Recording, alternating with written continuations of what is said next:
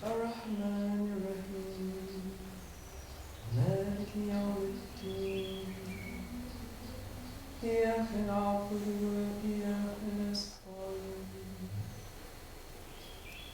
اهدنا الصراط المستقيم صراط الذين أنعمت عليهم غير المغضوب عليهم ولا الضالين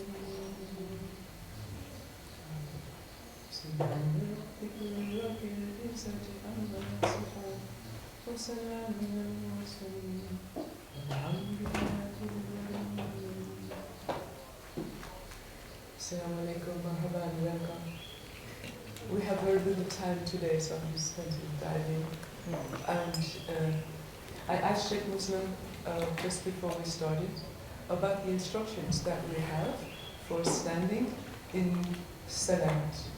Because what we're searching for, the invitation we have is to be in Salat to him da'imun. And this state of Salat to him is the state of realizing that you're part of the unitive process. You're not, there's nothing out there.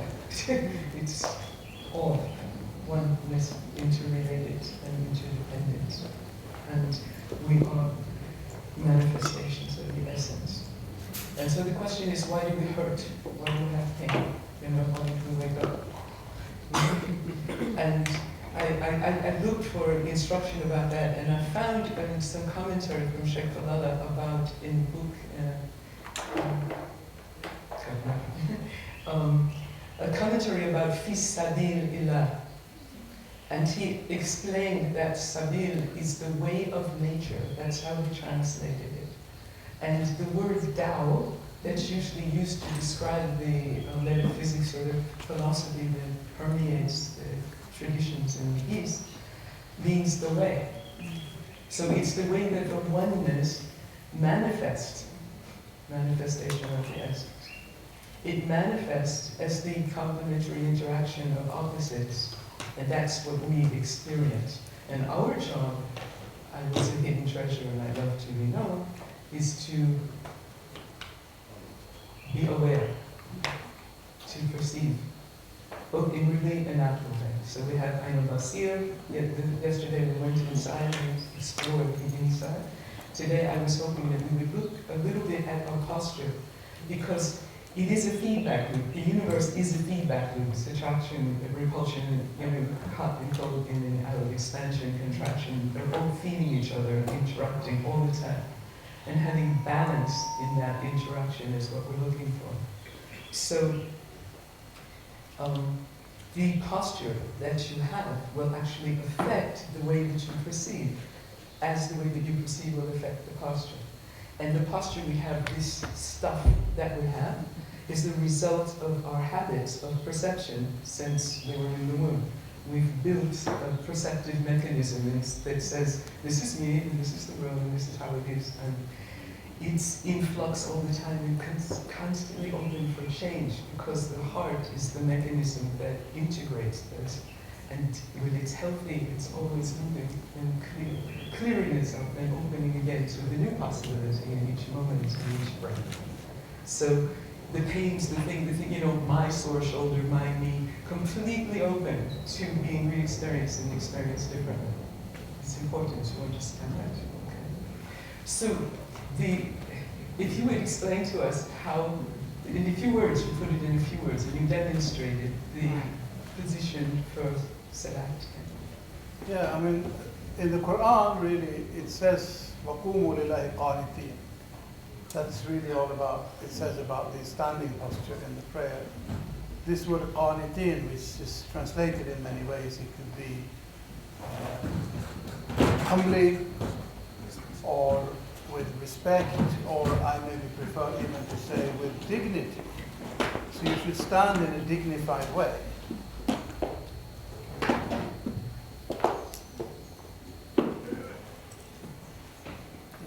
Do that with this thing over here. Anyway, you should stand in a dignified way.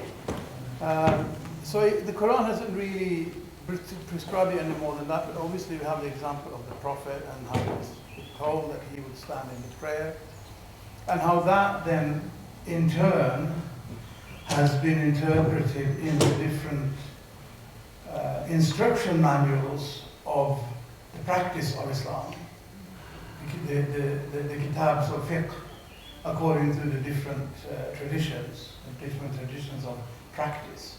The madhahib, sometimes called law school, which I think is a ridiculous term for it, really. But it is the traditions of practice. And the way I've been learned, for example, is that you should have 4 fingers roughly between your feet. So you stand like this. Do you want to stand? Now, in some practices, actually, it is even specified a slightly different posture for men and slightly different for women. Not in all.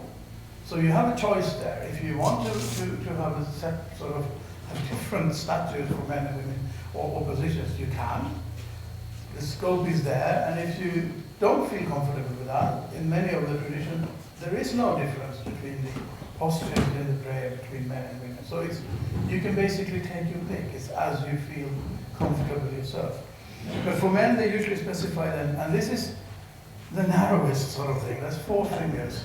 And for women, they say with the feet together. Now, why it is that? You can say it's a patriarchal system, or you can say there is some other underlying reality behind this. I'm not going to go into that. Other ones have slightly more space specified. Basically, if you want to do it all, you can say up to a hand.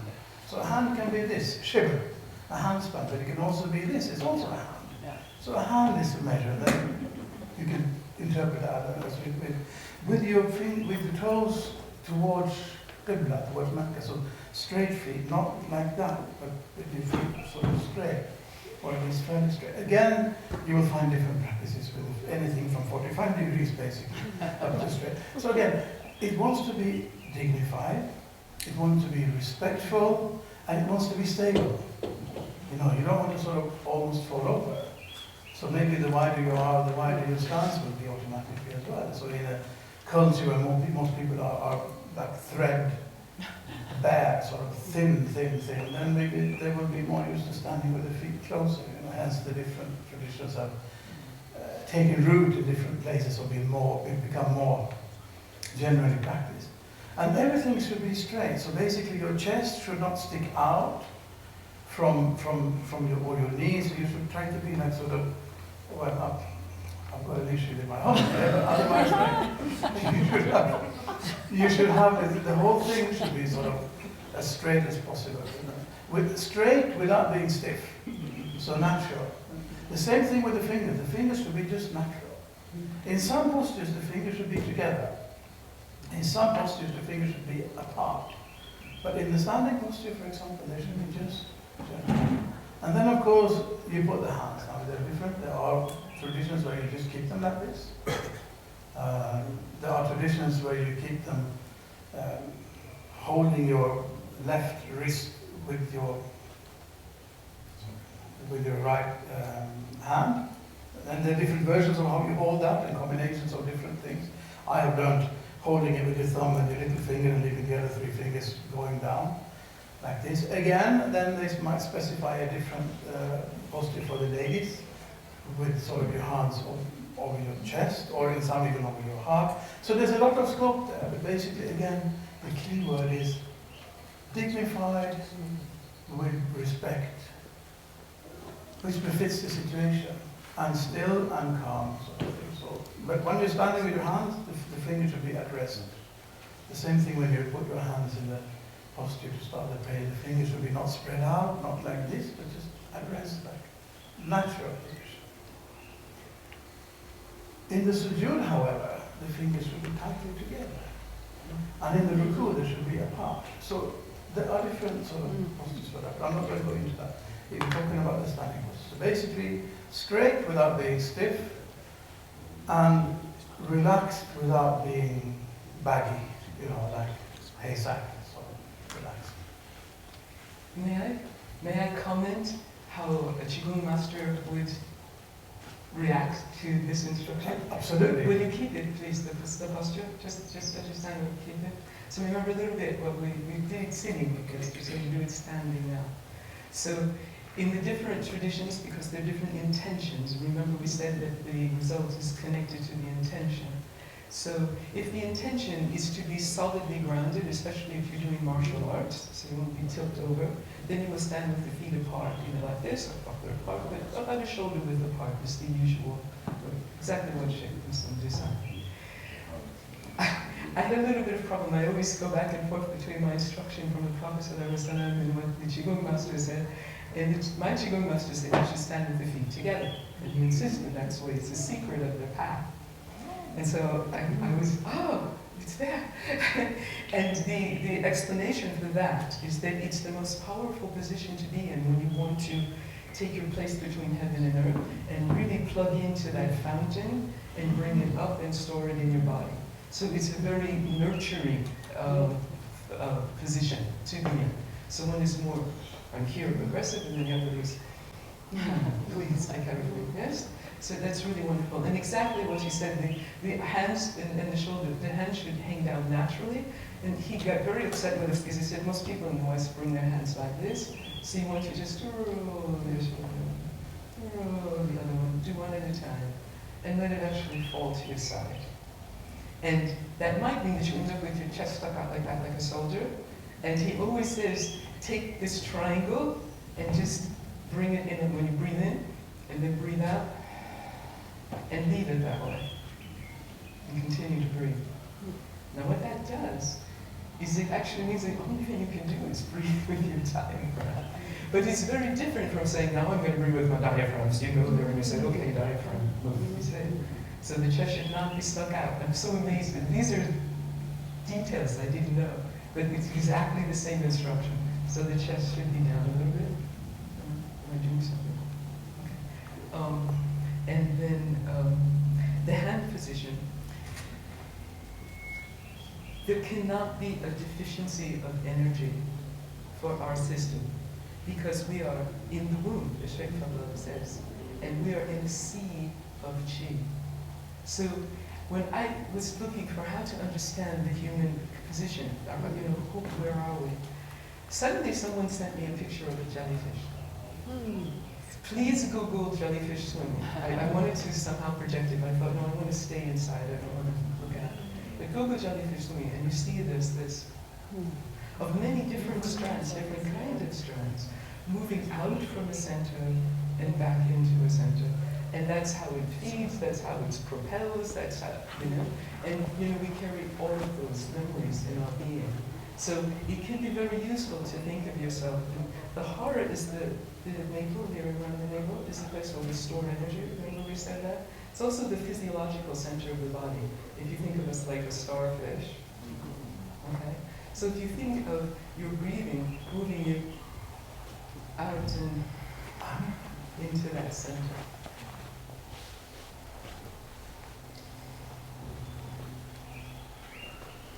Just for a moment. It gives you, it's a centering.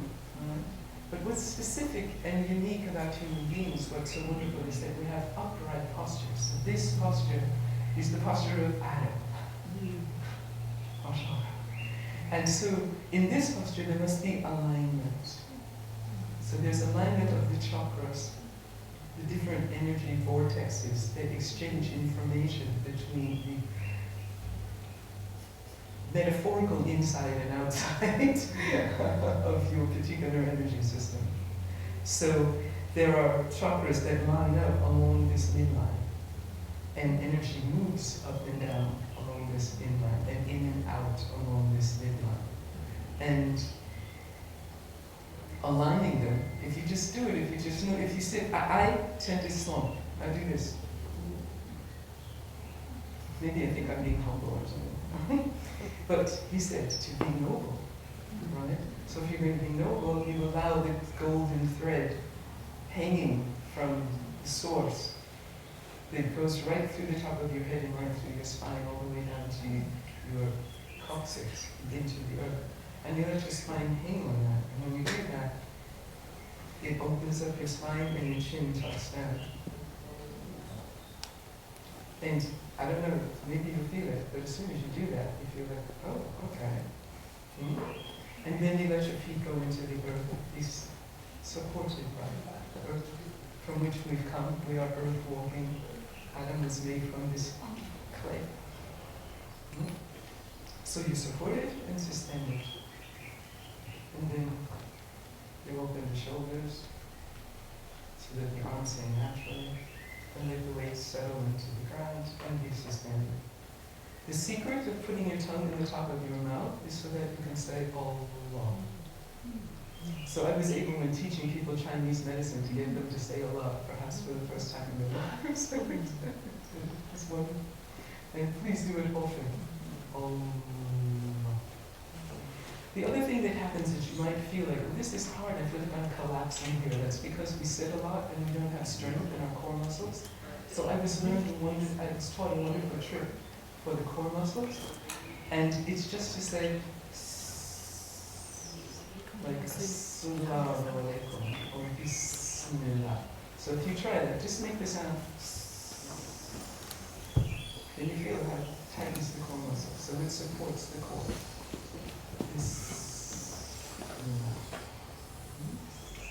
Very simple. The other thing is that what we're looking for is a state of relaxing into remembrance of the fisabilillah, the way of nature that's already deeply programmed into, it's hardwired into our system. So it's finding our way back to that mode of experience and perception that's hardwired for us. So it's relaxing into remembrance. And the secret of relaxing, as Marco spoke at when we had the groups, is trust, is tawakkul. And it's that state of tawakkul that undermines the programming from our back brain that says, I'm not safe, I've got to protect myself. So then releasing the tension that we build from that need to protect ourselves is what I would also like to invite you to in just a moment. And there's one more thing about relaxing. There's a trick, a biofeedback trick, is that if you let your eyes go out to the horizon, you're addressing the source of the universe. So you can imagine that you're looking all the way out, back to the earliest stars. This light, to the expanded edge of the universe. That gives you perspective. And then allow your eyelids to slowly close.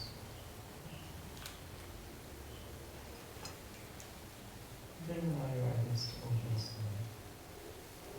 Just take a moment and do that a few times and see what that does to your system when you do it. Look at the horizon and then let the eyelids slowly close. So I'll try to manage it. So chin is down. I mentioned the chin down because the chin up will raise your blood pressure. So this is important. Chin down, all resting down. And I put you in the perfect position to look into the horizon. And then let your eyes close. Without blinking.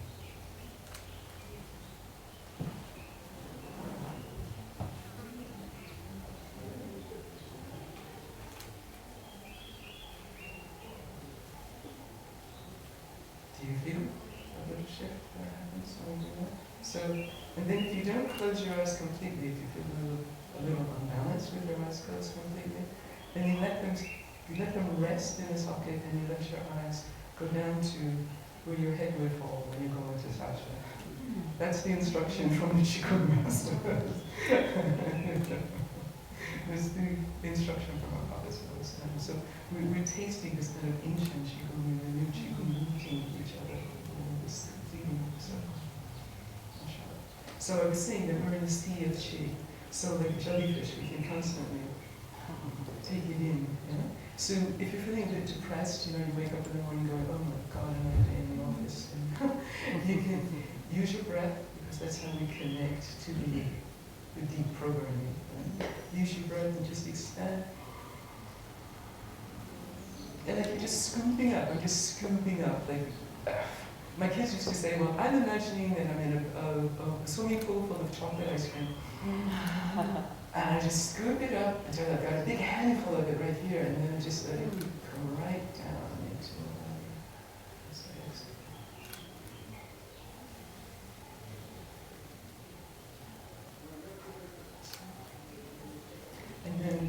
intention is to store it. And there are subtleties about this hand position, but for women the right hand goes first, because women are always right. And then the left hand goes on top. Okay, so that's a way to remember it. Right hand, left. And what you're doing is you're overlapping these incredibly powerful points in the middle of the hand. Sometimes in Christian iconography, you know, there are pictures of saints and you see this light coming from the hands. Well, we've all got it. If we could see, if we could really see, we would, if we hold our hands like this. Remember we did yesterday this, you know, you do your hands like that. You know, if you do it just for a few minutes, you'll see. And if you do it at a different level of your body, it will strengthen that level of your body. So if you want to, you know, the usual Muslim position is by the heart. You know, when you do it like this. When we're making dua, we're opening our hands into this sea of barakah. You know, receiving it. And you know that feeling you get when you're making a dua and you get this kind of tingle in your hands? You know? So, oh, this one was received. And then you just bring it in.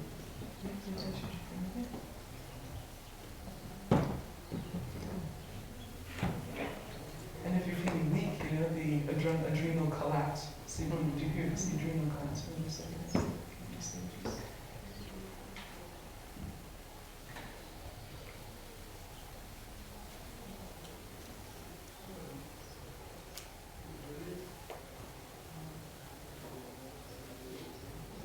You can feel it's accumulated between your hands. You just bring it.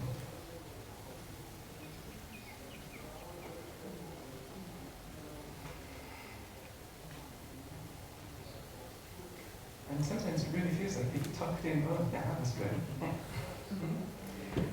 The other thing is slowing down. Because the pace has been increasing with the interest rates. And at this point, to find our way back into the fitri pace of manifestation, we need to slow down. And I have to stop after this in 5 minutes. So, Shaykh once told me, I want you to call this woman. Just call her up because she has something for you. Okay? So I did it. I called her. She was an elderly lady. And she says, oh yes, I know what essential. I've been doing this for years. And what she explained is that we all have a breathing rhythm that is unique to us. Like the heartbeat, like our breathing, like our breathing has a rhythm that's unique to us. And she said most of us have been pulled out of that rhythm by the environment around us. So, and when she said it, I just had this picture of myself in Sweden rushing through the snow with my kid to catch the bus and looking down and seeing his little feet were hardly touching the ground because I was just dragging him along. And I remember at that moment, I just stopped and I said, okay, we catch the next bus. Thank goodness it's Sweden, so it comes in 10 minutes. Yeah. But, so, I think we've all been that child. So, the trick to do it is to, I'm not sure we should do it now, but do it with somebody sitting with you. I'll just give you an instruction. Is to breathe in fully, fill the lungs completely, and then breathe out. And continue breathing out past the place where you would normally breathe in. Just continue to breathe out, continue to breathe out, continue to breathe out.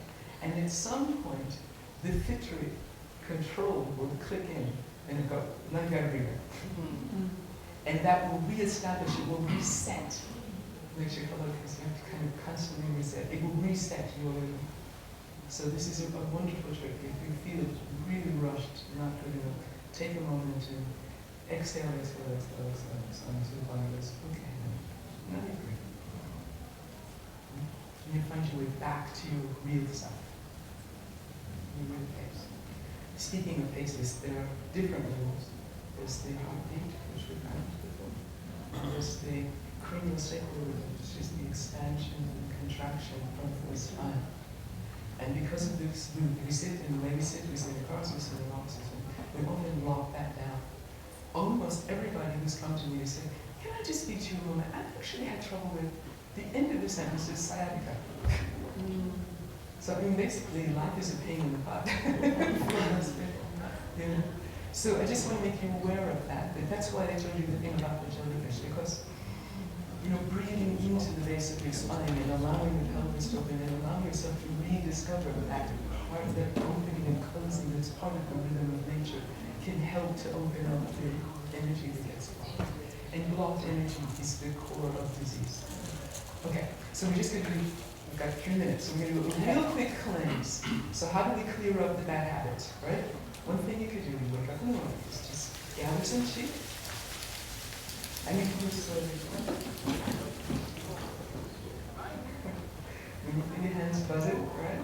Take that right chi.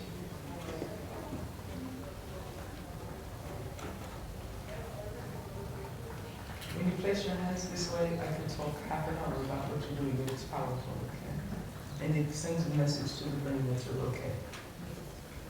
Then, tap, let gently, like spring rain. The kind of rain you want to run out in here. Right? Gently. Starting at the front of the face and moving to the back. Okay. Move slowly over the skull. When you get to this area, you where the tension from here accumulates here, gently relax that. Along the back of the head, and the neck. Then reach across, tap down the neck, across the shoulder, and out that arm. You do it 3 times because there are actually 3 channels of energy on the other side of the arm. Then the other side.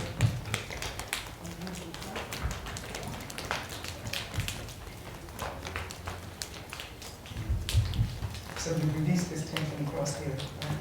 And then you want to open the breast.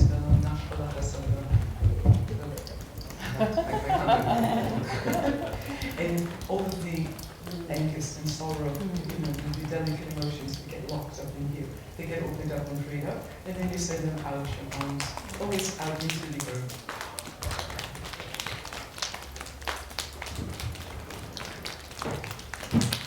So do you begin to see this as kind of like an energetic puzzle? You can do this even if you don't have water. And then there's the belly. This is the lower brain, this is where we store our energy.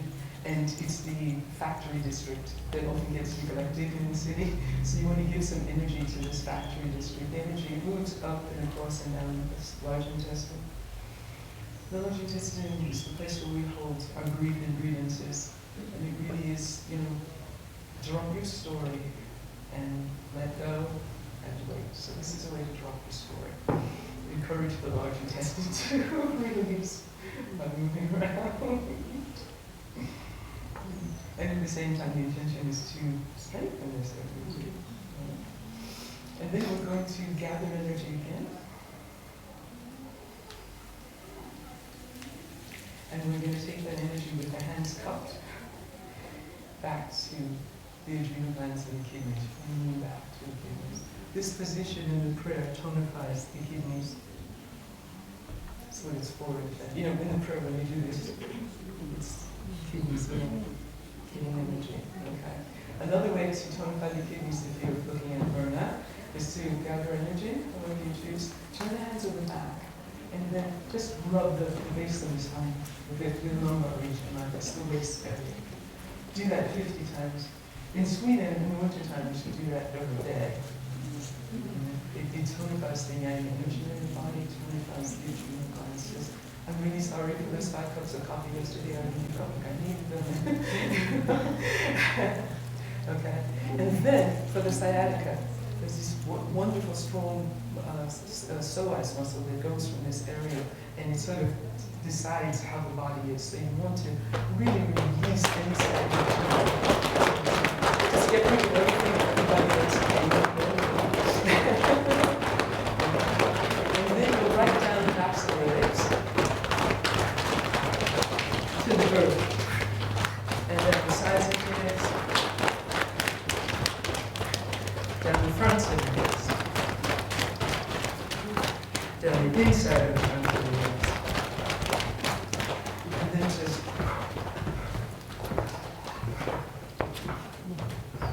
so you can see the intention of this exercise is just drop it. Drop the story. There you go. But when you empty it, you need to fill again. Yes? And so Would you mind, do you know it by heart the Dua of Light? I have the English. It's probably better to read the English. Is it there? Underneath that? Oh, yes. I have it in English.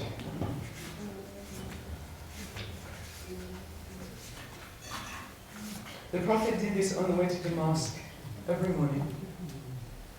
And it just goes, "Oh Allah, place light in mine." And you repeat that phrase each time. So we can use that if we love that dua. We can actually use the Qigong understanding that we have, that we can actually breathe into that part and then see it filled with light. And then go to the next part. So we will do that now, inshallah. Ya Allah, place light in my heart, place light in my soul, upon my tongue, in my eyes, in my ears, to my right, to my left. Ya Allah, place light behind me, before me, above me, beneath me, in my flesh, in my blood, in my hair, in my skin. Ya Allah, give me light, increase my light, make me light, and give me light in my grave. Yes, we have a handful of light now. We're just taking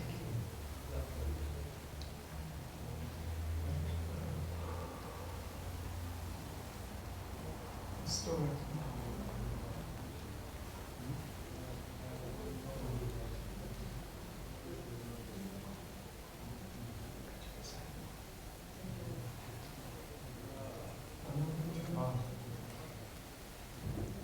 أعوذ بالله من الشيطان الرجيم. بسم الله الرحمن الرحيم. الله نور السماوات والأرض. مثل نوره كمشكاة فيها مصباح. المصباح في زجاجة. الزجاجة كأنها كوكب دري يوقد من شجرة مباركة